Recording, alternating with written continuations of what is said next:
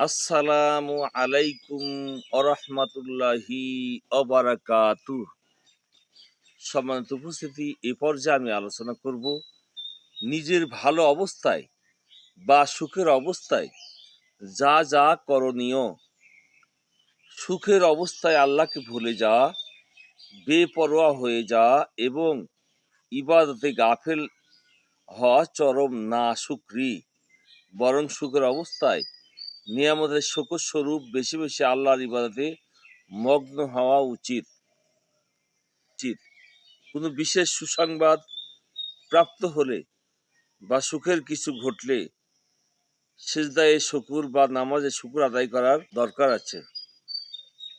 ধন সম্পদ, জ্ঞান, বুদ্ধি, মান সম্মান প্রভৃতি যে কোনো নিয়ামত প্রাপ্ত হলে সেটা আল্লাহর অনুগ্রহে ঘটেছে মনে করতে হবে। নিজের বাহুবলে হয়েছে ভেবে অহংকার বোধ করা অন্যায়।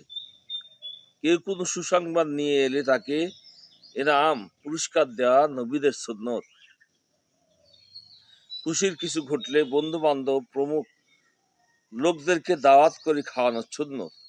হযরত ওমর ফারুক রাদিয়াল্লাহু আনহু সূরা বাকারা পড়ে শেষ করার পর খুশিতে উট জবাই করে লোকদেরকে খাওয়ান।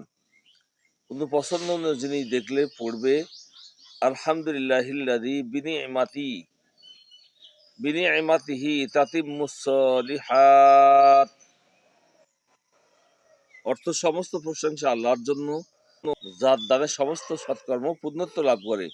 নতুন ফসল দেখলে এবং তাতে ক্ষতির আশঙ্কা হলে পড়বে আল্লাহুম্মা বারিক ফিহি ওয়ালা তাদুররাহ।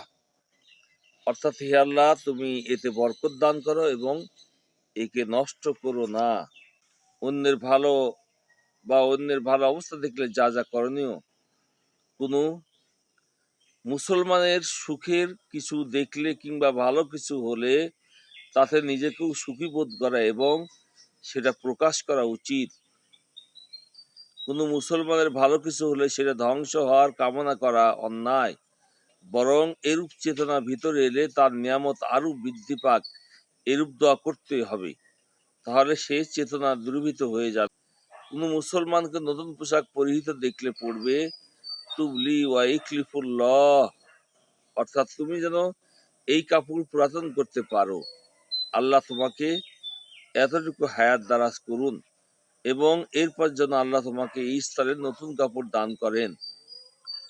কোনো মুসলমানকে হাসতে দেখলে পড়বে আযহাকাল্লাহু সিন্নাক, আল্লাহ তোমাকে হাস্যোজ্জ্বল রাখুন।